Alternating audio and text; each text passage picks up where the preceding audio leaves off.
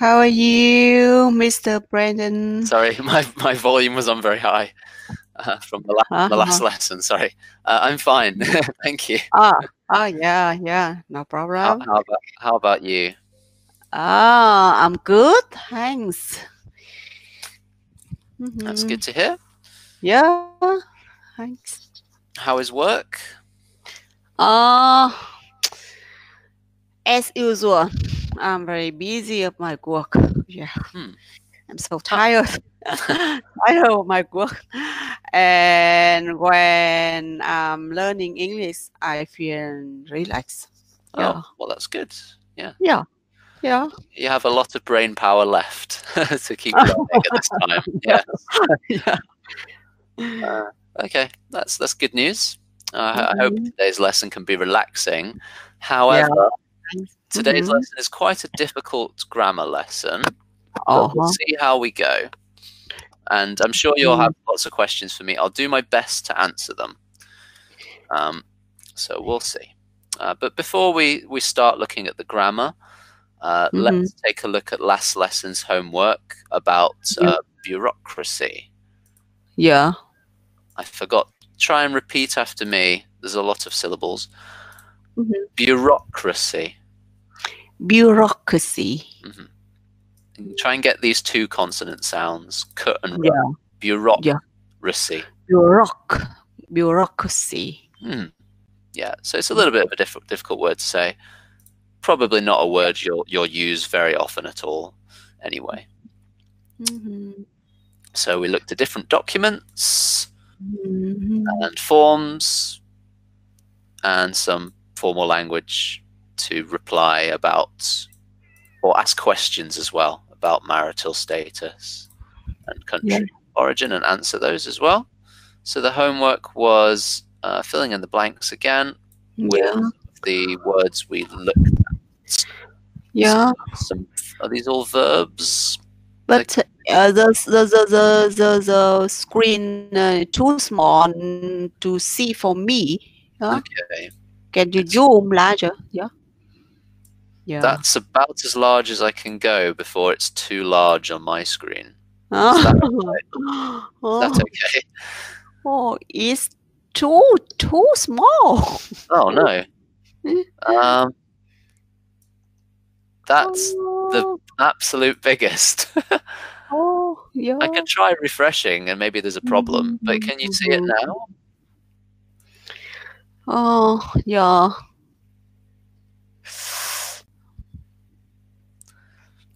I'll ask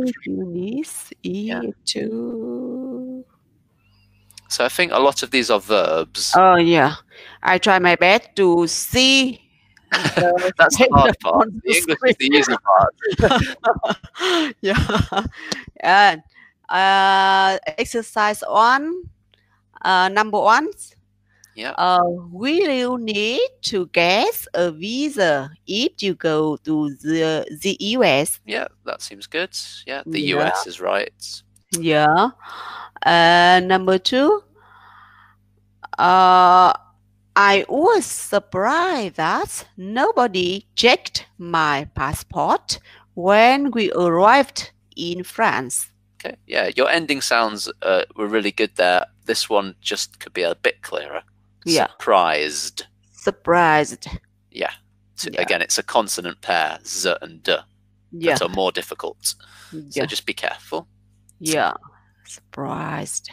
Yeah. Number 3.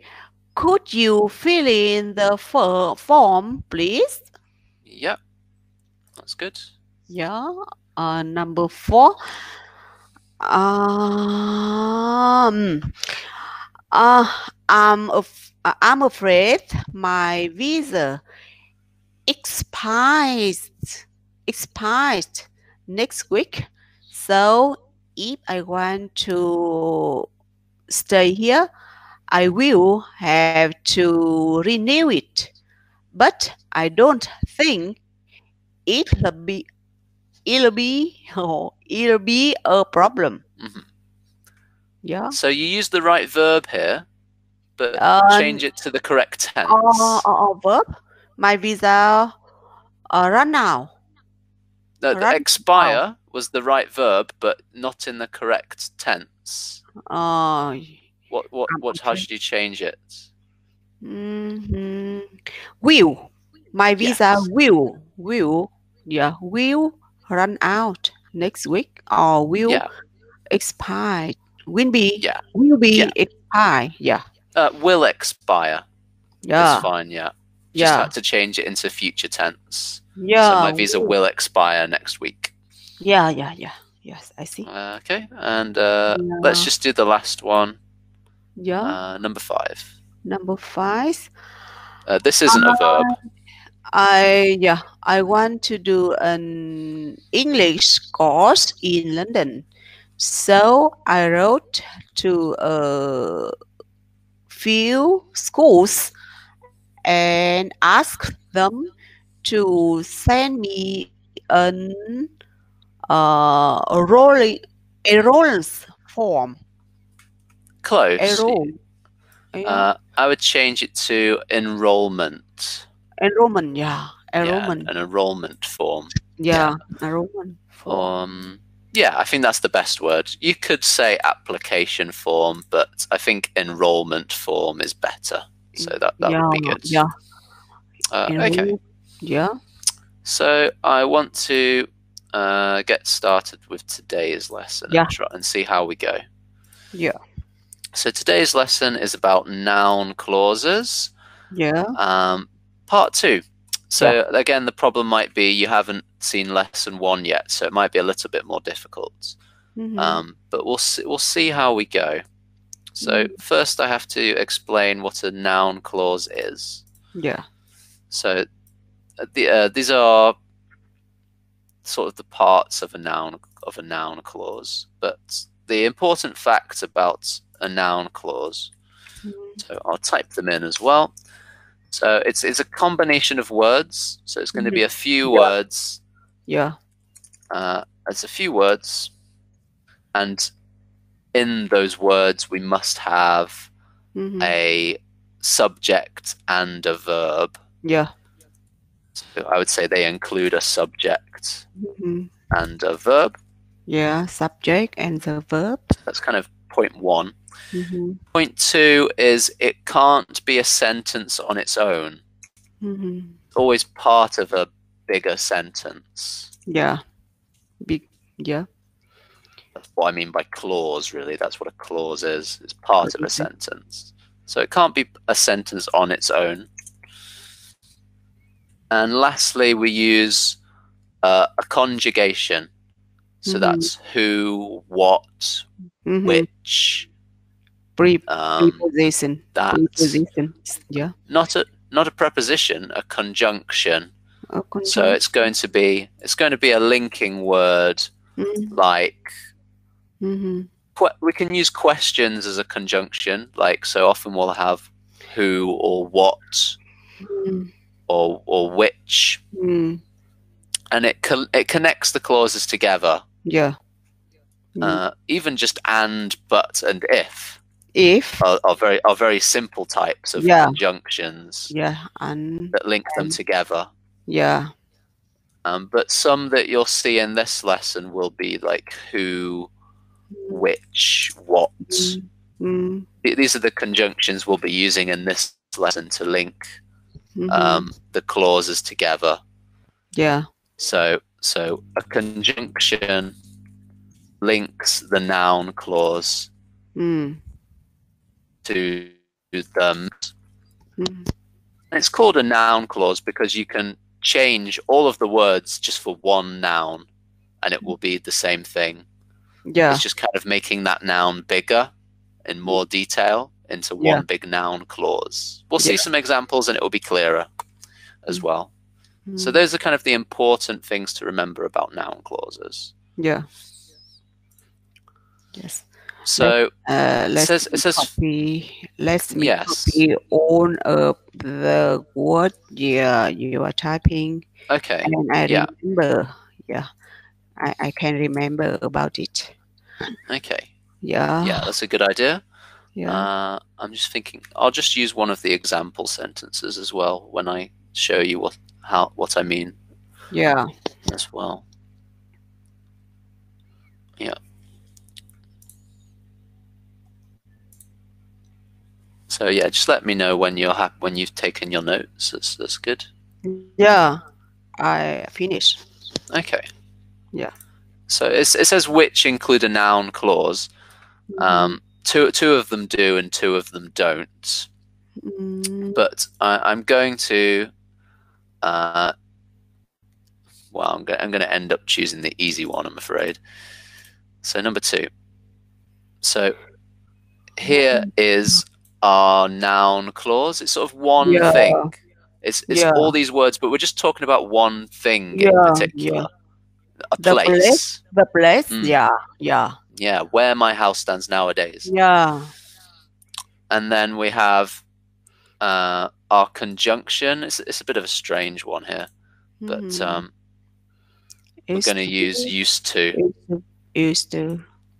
And then it links the main thing, a forest. So where my house stands nowadays used to be a forest. So that works with all our rules. This can't be a sentence on its own. Yeah. It's a few words that include our subject, the house, and our verb, stands. Yeah. So it fits that too. And then used to links it to the main clause. Yeah. So numbers 1, 3, and 4, only one of them has a proper noun clause. Only one of these 3. And there's some more rules that we have to use as well. Let me see. Is this quite an easy question for you to answer? Yeah. See if you can tell which one is and has the noun clause in, but only one of them does. Only one. Only one of them satisfies all 3 rules. And the first rule, that noun clause is a few words that includes a subject and a verb. Yeah. I think that the second sentence, this noun clause is the subject. Subject is the house, my house, and verb is stands. Yeah. Yeah. And the second rule, noun clause can't be a sentence on its own. Can't be a sentence. Can't be a sentence. Yeah. If you can. Nowadays, if you can, look at these 3, because only one of them has a noun clause in, and the other 2 don't. So this one's good. Our noun clause is where my house stands nowadays. Yeah. And the first rule, conjunctions links the noun clause to the main clause. I will support whatever you do. I will support whatever. Yeah. I see. Now clause. Yes. Very, very difficult for me today. So, okay, you were looking at number 3. Number 3, yeah. Tell me about number 3 and the rules. Does it have the rules? I will support whatever you do. I will support whatever. I think that if there is a noun clause, it may be whatever you do. Okay, so tell me about the rules as well. So you think it's this? Does it satisfy our rules? I think that it is the first rule. It isn't. I don't know. Use what's what? I think that's whatever you do isn't a sentence. Isn't a sentence. So yeah, so that's good. That means it could be a noun clause. Yeah, because this can't be a sentence on its own. Yeah. Is that what you're saying? Yeah. Yep. But nothing link. Nothing linked with the main clause and the noun clause. That's true. Yeah. That might just be because we don't use this sentence exactly like this. But do we have a subject and a verb? Subject on the verb support. I is a subject and the verb is a support. Oh, but that's not our clause. We say this is the clause. The subject is you and the verb is do. Yeah. So yeah, this would be okay. And you're right, it doesn't really have our conjunction. And that's because it's not a great sentence, to be honest. It's I think English people would use this sentence, but to satisfy all our rules, we could say, satisfy all. I will support. So I would just then it's. I think that the third sentence satisfy only two rules, not all of the rule. It satisfies the first and the second rule, not the third rule. And and I want to ask you if whatever you do either noun clause or not. Whatever you do.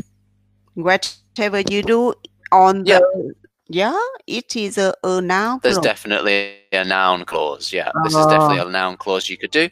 And and to change the sentence so it fits all our rules perfectly, I put it in the chat box. I will provide support in whatever you do.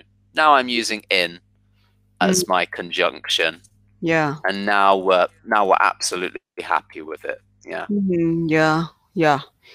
So that was good. Let me quickly explain the other two. Yeah. This isn't acting as a noun. It's more of just a saying. Wherever you go, wherever you are. It's not one particular thing. So this isn't really acting as a noun. So that's not a noun clause. Yeah. And this one, this one is another type of clause, number 4, because it's just describing the girl. It's just describing her. It's not doing what a noun clause does. So that one isn't a noun clause either. But this one can be. Just to make it perfect, we had to change the language a little bit. So that one is okay. Yeah. Comma. We use comma or not a comma. I just wanted to. That's where we should have our conjunction. To make it really clear. Yes. Yeah. And which conjunctions is suitable? So I used in, but to use in, I had to put another word in there. So I said, I will provide support in whatever you do. Yeah. You could use with as well.